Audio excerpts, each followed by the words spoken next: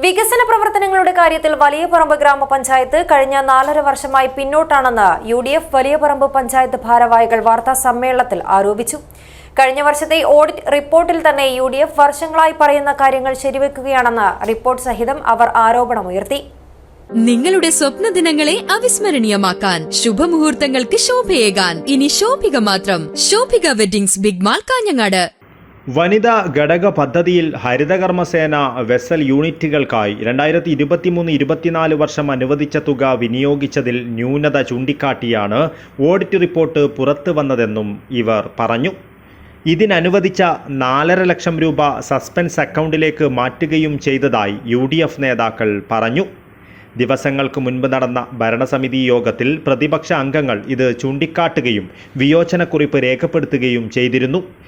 ഇതിന് ഗ്രാമപഞ്ചായത്ത് സെക്രട്ടറി ഉൾപ്പെടെ ഉത്തരവാദികളെന്നും ഓഡിറ്റ് റിപ്പോർട്ടിൽ പറയുന്നതായും UDF ആരോപിച്ചു.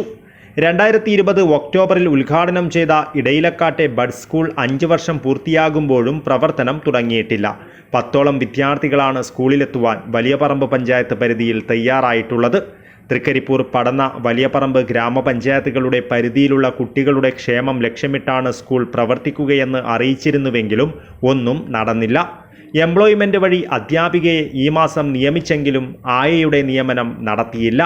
പഞ്ചായത്തിൽ ഗതാഗത സൗകര്യങ്ങളും വികസന പ്രവർത്തനങ്ങളുമൊന്നും ഈ ഭരണകാലത്ത് നടന്നില്ലെന്നും UDF നേതാക്കൾ ആരോപിച്ചു.